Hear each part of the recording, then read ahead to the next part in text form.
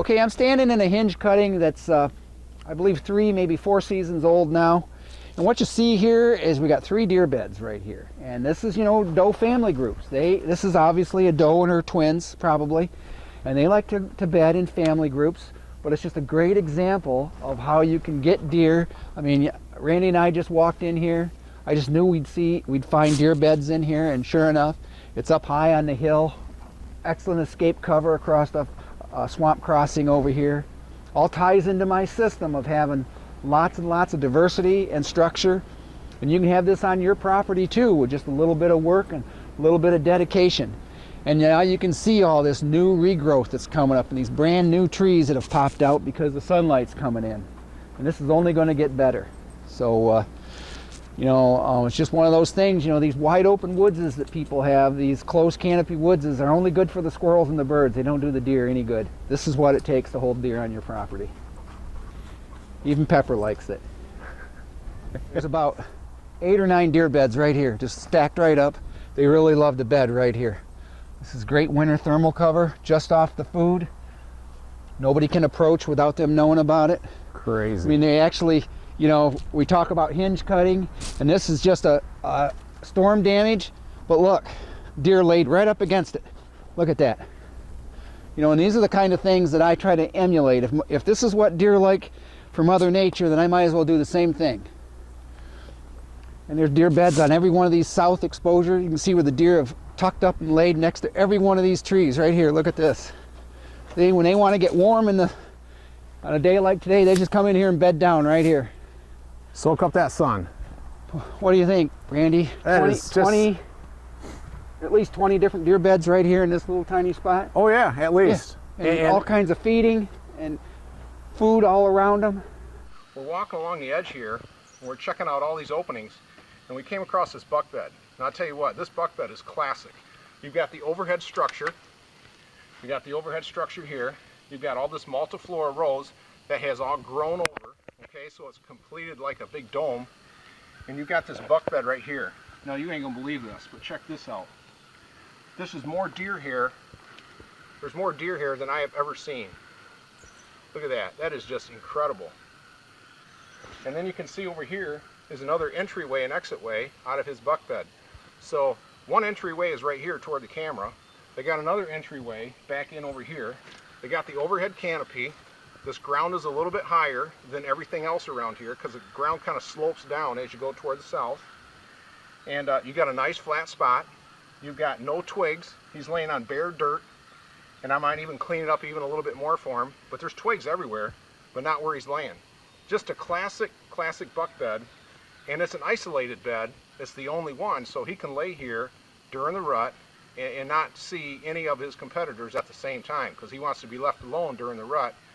Where when the bucks are in bachelor groups, you know, they'll bed down within eyesight of each other, but they won't bed down within eyesight of each other during the rut. That's the main thing. So that's why you want to have individual buck beds during, you know, for periods during the rut, so that you can house multiple mature deer and they'll tolerate each other because they can't see each other while they're bedded.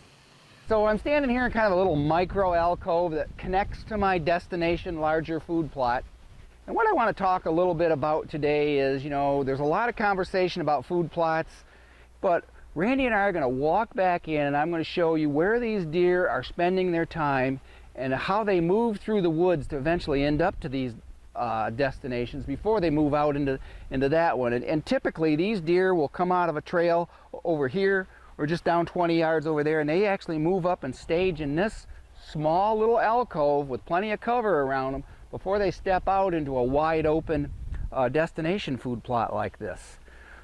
But all the bedding that takes place is right in here just 50 yards away, and Randy will be right behind me and I'll show you where it's at.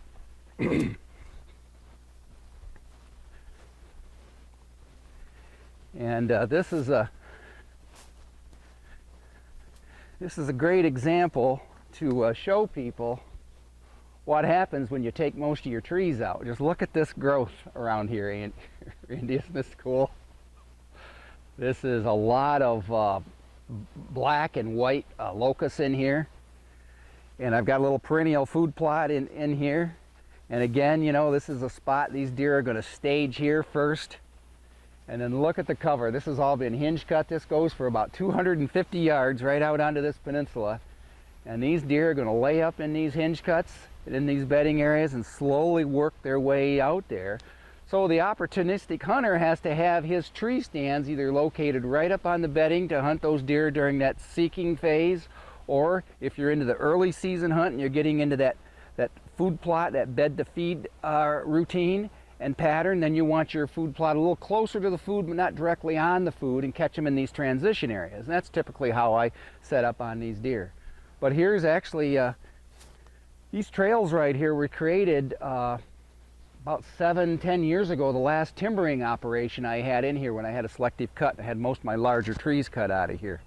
And so I came in here and had this, planted this in perennials, and it's still doing, very, very good. The deer look like they're keeping it mowed down pretty well. But this is, littered with scrapes, and there's just a lot of activity. And the cruising goes up and down this and in and out to the food plots. And again, the security is everywhere. And so some of you new guys that are watching these, and you've just purchased a property, or you've got permission to plant food plots, try and think about that. If there's existing bedding and you can locate the bedding, try and figure out where can you locate that food so that you as a hunter can successfully enter a tree stand and not have your scent drift into their bedding areas while you're approaching under that exit and entry method. Or, if the bedding area isn't there, where can you plant the food today and create bedding later and have that system work out for you? It's not rocket scientist thought process, but just a little bit of pre-planning can really change how successful you're going to be.